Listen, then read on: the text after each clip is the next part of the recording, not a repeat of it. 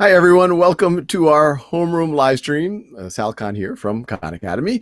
For those of you who are wondering what this is just something we started up several months ago, especially when we all had to become socially distanced, as a way of having interesting topics with interesting guests and also taking your questions. And I'm really excited about our guest today, Jacquelline Fuller from Google.org. But before that, I would like to give a special shout out to several organizations that stepped up when they realized that Khan Academy was already running at a deficit pre-COVID, and our costs only went up, whether it's server costs or we're trying to accelerate programs or add new content in response to school closures. So special thanks to Google.org, Bank of America, AT&T, Fastly, and Novartis. I will say to all of you listening out there, as much as help this has been from the support of these great organizations, we are still running at a deficit. And as we know, the school closure issue isn't going away. So we're trying to do what we can. But if you're in a position to do so, please think about going to khanacademy.org/donate. We only exist because of philanthropic donations from folks like yourself. So any level of donation makes a big deal. So please think about doing that. So with that, I'm excited about introducing our guest, Jacquelline Fuller, president of Google.org. Jacqueline, great to have you here.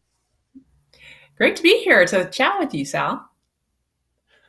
And maybe a good place to start. Obviously, everyone knows Google. Some folks know Google.org.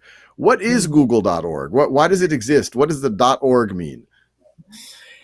So Google.org is Google's philanthropy. And essentially, we're a part of the company. We're a team embedded fully within Google.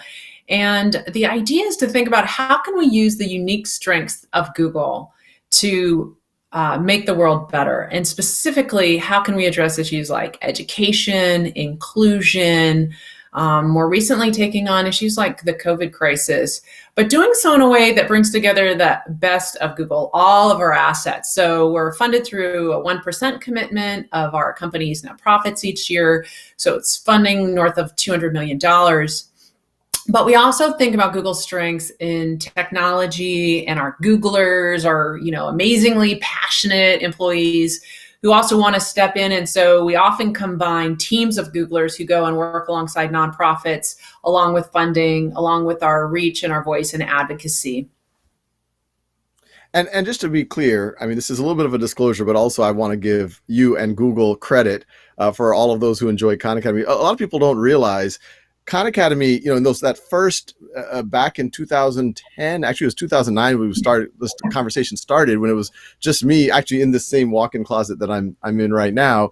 The folks at Google, y'all were down the road, about 3 miles down the road, talking about ways to educate the world. There was this 10 to the 100th project, and Khan Academy was one of those projects, and y'all gave a significant donation at the time. I mean, it's significant today too. It was a $2 million donation that essentially allowed Khan Academy to exist. And so I don't want to, embarrass you too much with too much praise, but we would not exist from that. And then since then, Google.org has been a sponsor or a supporter of multiple projects at Khan Academy. But Jacqueline, maybe, and I encourage everyone watching to ask any questions you have for Jacqueline or myself on YouTube or on Facebook, and I'll surface them. But Jacqueline, maybe to make it more tangible, give examples of the types of stuff. I gave one, my favorite example of what y'all have supported, but what other types of things do y'all do, either in kind of the traditional philanthropic support or in that Google has special skills type of support?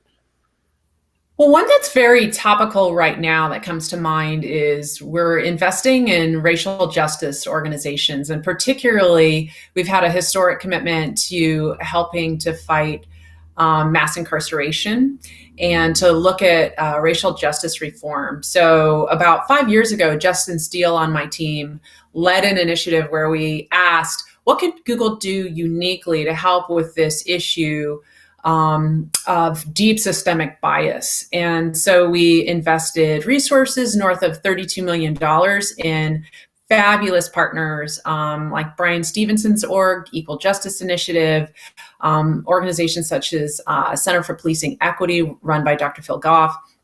And so we invested in organizations who were bringing together data and science and trying to figure out how can we solve some of these issues that are deeply rooted in systemic bias, but where having more data and evidence and where technology can really come to the forefront. So we had a historic commitment there, and more recently, because of the movement that's been happening across the US, we really wanted to make sure that these frontline orgs that are led by people of color, and really looking at what are the solutions that are in hand.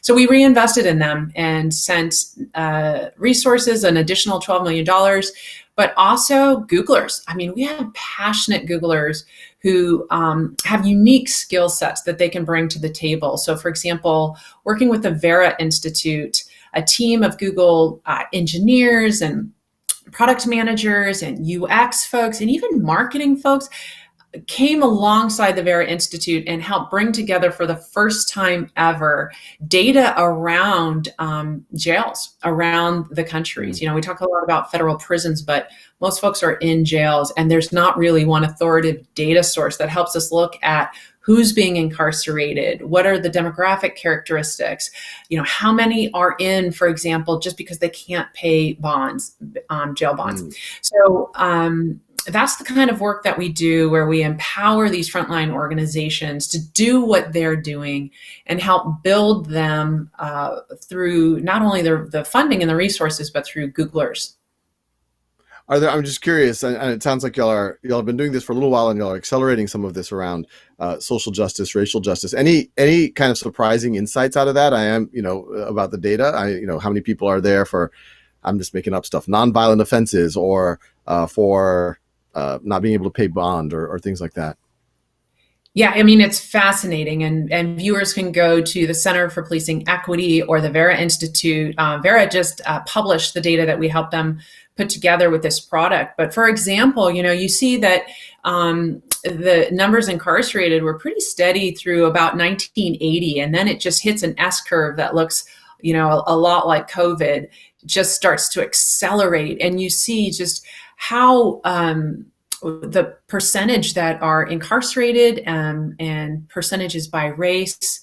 So for example, looking at how right now, because of COVID, for example, politicians, leaders are having to think about, is this a time where we actually release some offenders, folks who are in prisons and jails early, in part because of COVID, and having the data to do so in an informed way to say, hey, these are nonviolent offenders.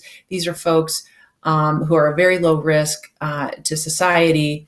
So that is an example of two streams of very current research and needs for data coming together: COVID and mass incarceration.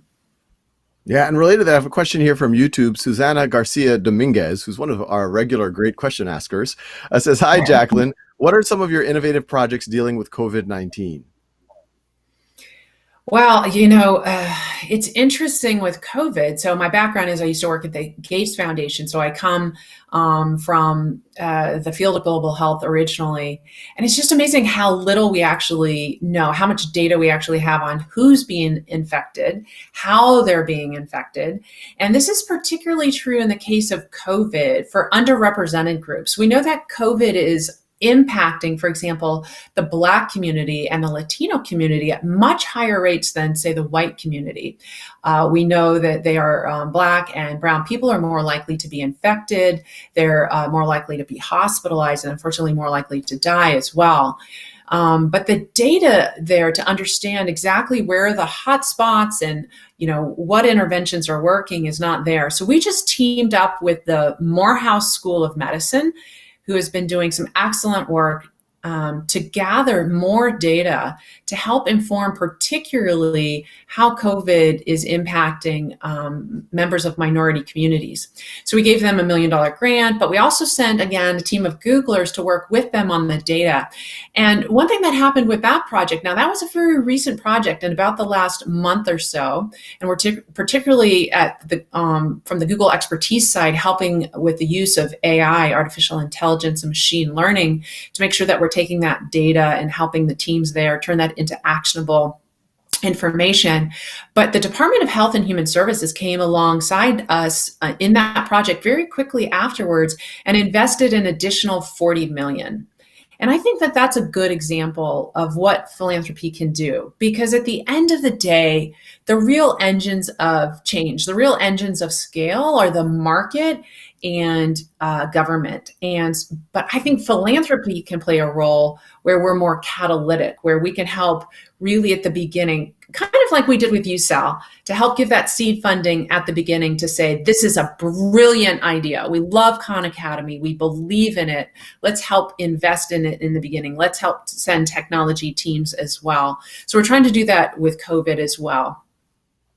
Yeah, no, it's super. And there's a bunch of questions coming in, but actually, it would be interesting. I think one of the fun things about this live stream is we have a lot of young people watching. They're trying to figure out their own lives. I remember being young. I guess I'm not anymore, and looking at people that seem successful and say, how did they get there? So maybe it'd be fun to take a little step back, but then I do want to ask where you hope Google and Google.org goes. But just your own personal, how did you get into this career? Like, is this a career, like running a foundation or a corporate foundation or philanthropy? I mean, it is a career, but there's no major in college around it. So tell us a little bit about what you thought you were going to do growing up and how that evolved to where you are now. Yes, I did not grow up as a little girl thinking to myself, someday I want to run corporate philanthropy. So this was a bit of a zigzag trail to get to where I am. And so I actually started when I was young, having a very strong commitment to social justice, and not really understanding or knowing how I could best make an impact, but just having that as kind of my Northern Star. Like, I knew I really wanted to invest myself and my time and my effort, my skills into an area where I was moving the needle on social justice. So I actually started right out of college. I went and to work in the government, because at the time, if you wanted to change things at scale, you joined the government. So I worked actually at the Department of Health and Human Services and in Washington, D.C. And I was, I think, the most junior person you could possibly hire at the time. But I worked on issues of health disparities, actually, with minority communities, and under Dr. Lewis Sullivan, who was the head of HHS at the time and was actually coincidentally the founder of the Morehouse School of Medicine. So coming full circle. So I worked in government for a couple of years, and then I thought I really would like to invest in myself, deepen my understanding, my knowledge, my technical skills as well. So I went and got a master's in public policy from the Kennedy School of Government. And, while I was there, I actually got pregnant. And my husband and I had a nice surprise when I was in graduate school. So we had our first daughter, Hosanna. So I took some time where I really focused on being a mom to two young kids. And then when I went back to work after a few years, there was this new startup.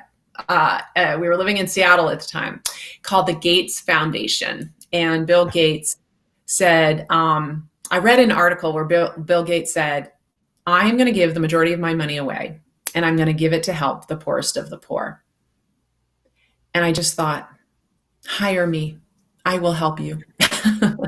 So threw myself at the gates of the Gates Foundation and eventually got a job there. I was there for about 8 years. And then I heard about another crazy startup called Google.org.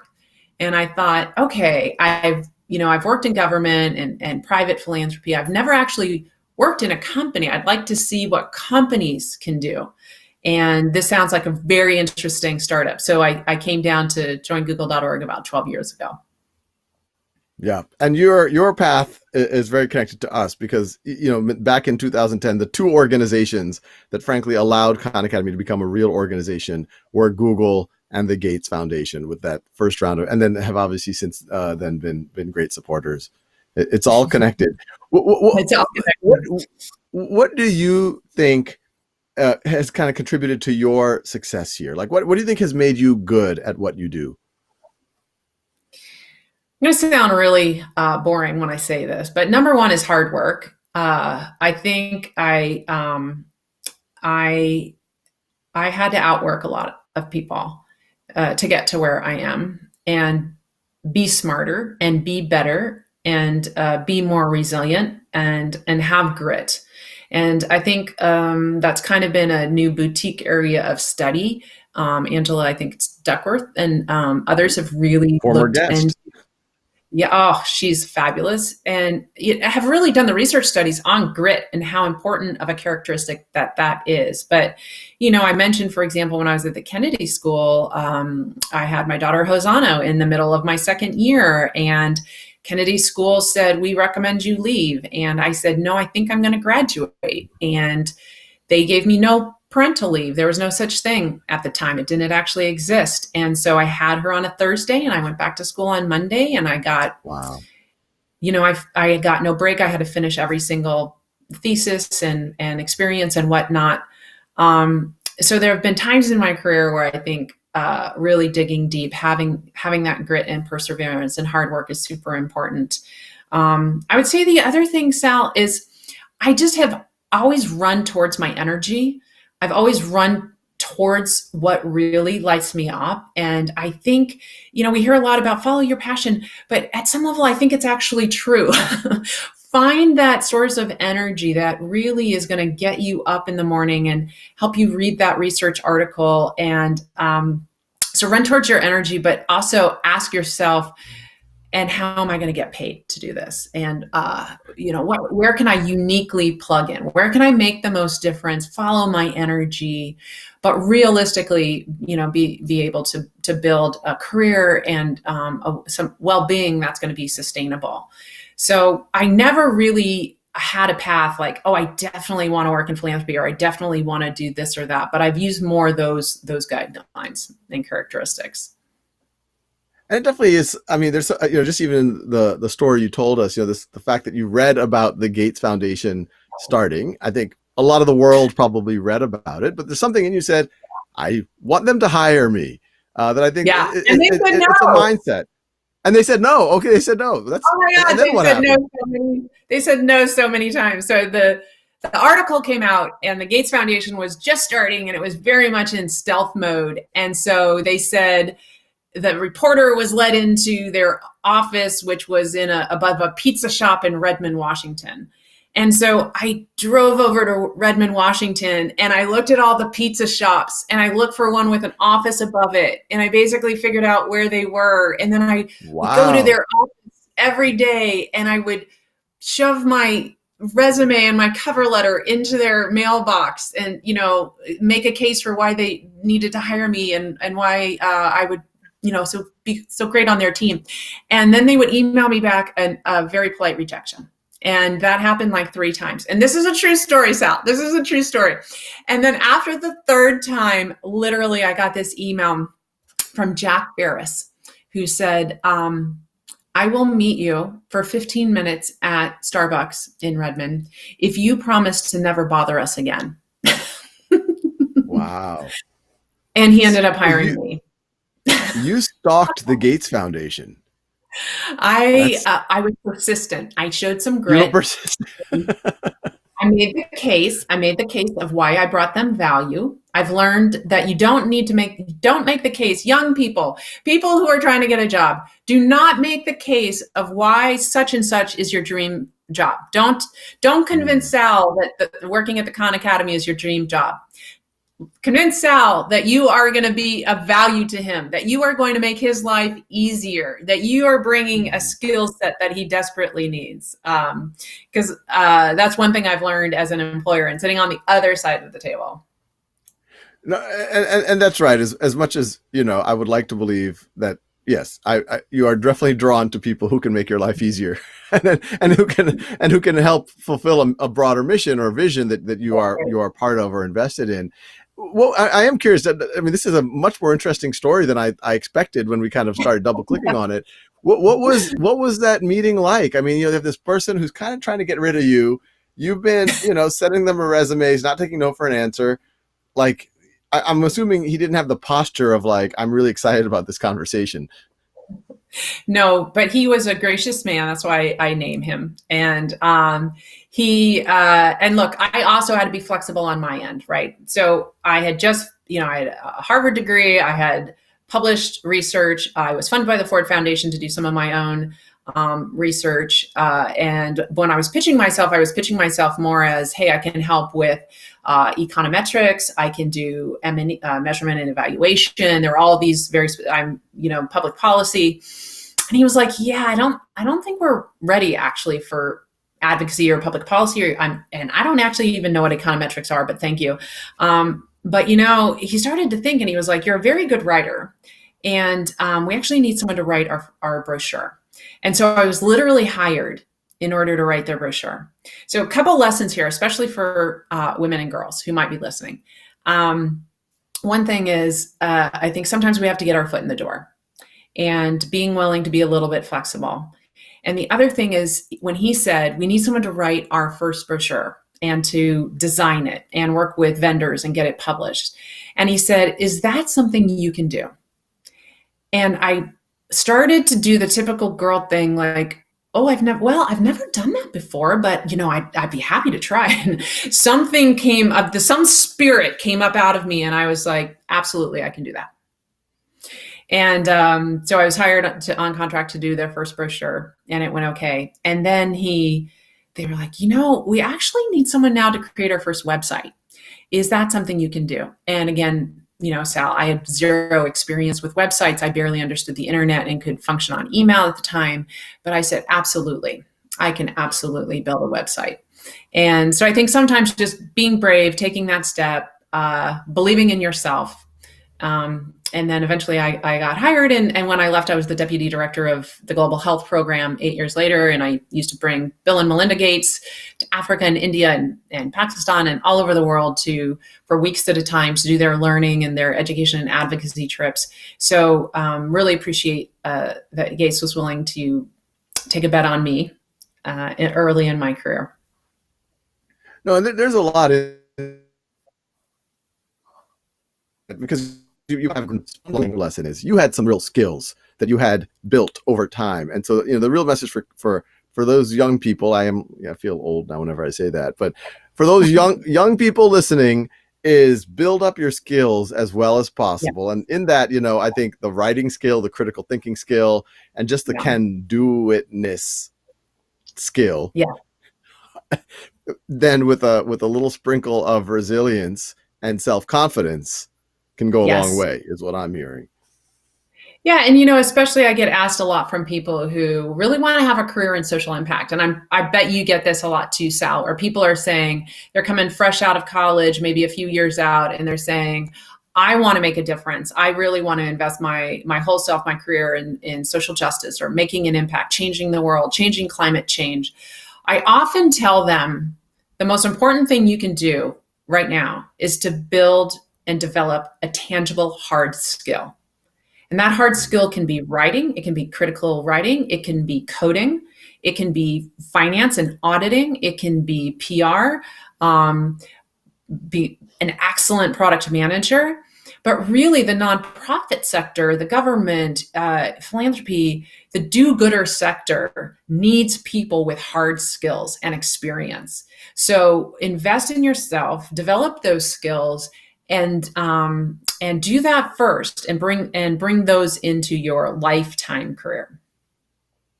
And there's a question here from YouTube from Jasper, not even a rapper, says, Jacqueline, what would you say to help market yourself in a climate where your degree might not apply or be a useful skill? And this is a very relevant question right now. Obviously, we're at record levels of unemployment. There's new jobs, new industries all the time that have no degrees for them. How does someone transition, or if their resume doesn't say that they're meant for that, how do they convince folks? Great question, Jasper. You heard my story and the fact that I had to believe in myself and be willing to really learn and do different things and come into a job where I was going to have a steep learning curve. So I think part of it is that flexibility on our part, as people. I think also, look, the world is changing so much, and degrees, especially, what major you were and what grades you got in your major. I think these kinds of things are going to matter less and less, and it's going to be a lot about lifelong learning. So, using resources like Khan Academy, for example, learning, taking new skills, new certifications, are going to make you very relevant in the job market. I will say the other thing, Jasper, is that we need to change. The employers need to change. We need to get off of our fixation on degrees and 4-year degrees, really, and actually hire for skills. And that's going to really help us to have a more diverse workforce. It's going to really help us build better products. And so at Google, for example, one thing that we have done is to really try to reevaluate our requirements for our jobs and to really state a 4-year college degree not required or CS major not required if you have the skills at hand needed for this role. So there's movement that's needed on both sides of that. No, that's super valuable. And I realize these conversations, they always go way faster than I expect them to, because I could talk for another hour just even on the career aspect of it. But I want to make sure there's space to talk about kind of the future of Google.org and your work there. And maybe we can even connect the dot. I mean, there's this question from YouTube from Nooper Mehta. How hard is it to run a company? I mean, that goes into a whole, kind of your day to day, and what are your stresses or your hopes? And maybe how does that flow into what you hope Google.org is able to do over the years to come? Well, someone said to me once, and I didn't believe it at the time. I thought they were making it up, but it was a female executive. I'm forgetting who, but she said, it's actually easier to be CEO than it was to be like a line director. It's actually easier sometimes as you move up the food chain because you're able to control your schedule more, control your life more, focus on the things that you're good at, and hire excellent people to cover all of the areas that you're really not good at. And so I would say that that's true. And I say that as a word of encouragement to people who are maybe wondering if they have what it takes to go to that next level, to be CEO or COO, or to run the show at whatever level. And I think sometimes when you're looking up at that and you think, well, I'm working so hard right now and I'm so stressed right now, it must be 10x at that level. Actually, sometimes it's easier because you have more control.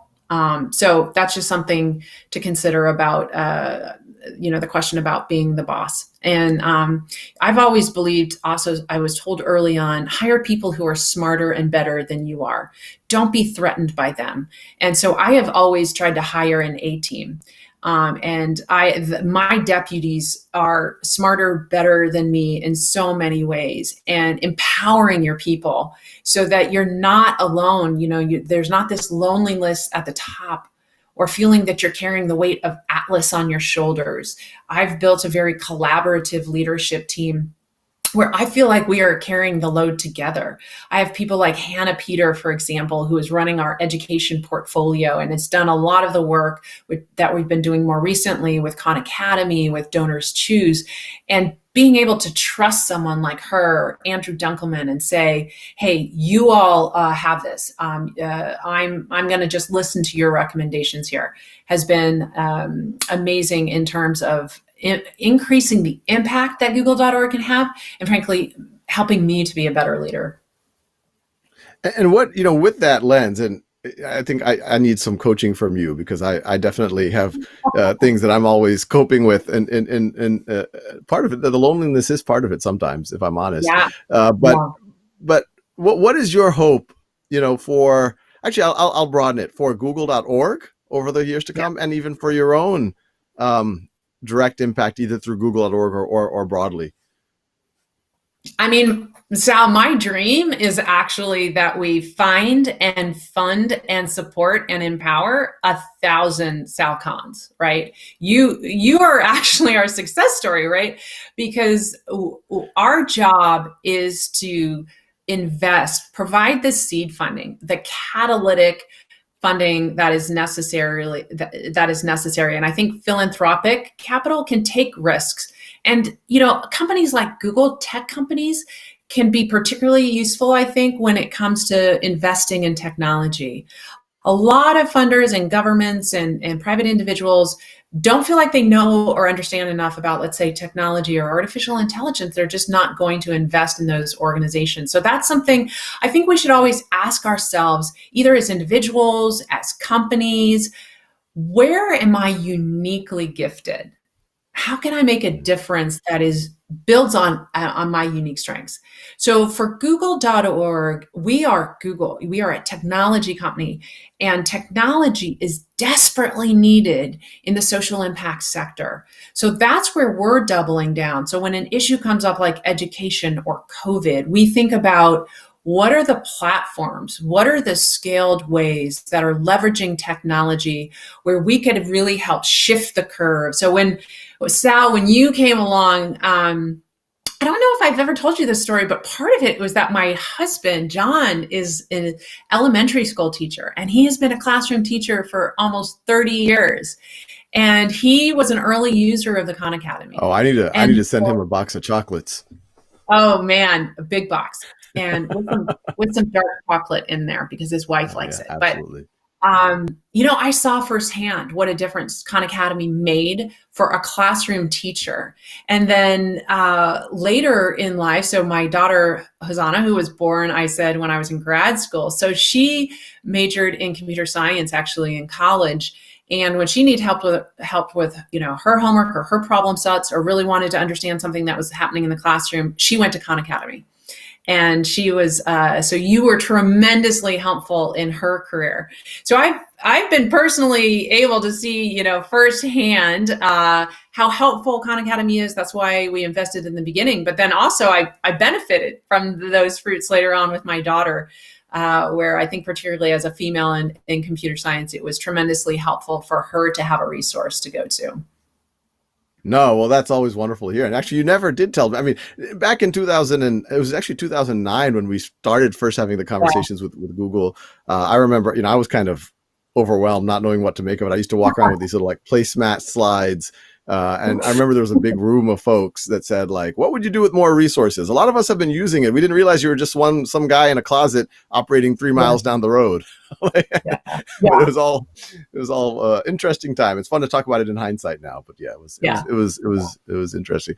Well, Jacqueline, I mean, we've got to do this again if you're up for it. But we're I would love unfortunately all out of time. But any final thoughts, words of wisdom, ideas, things you want to throw out there? I mean, we are in a moment right now, not only in the US, but globally. We are in a moment. There's something like 2 billion kids who are not able to go to the traditional schooling that they had.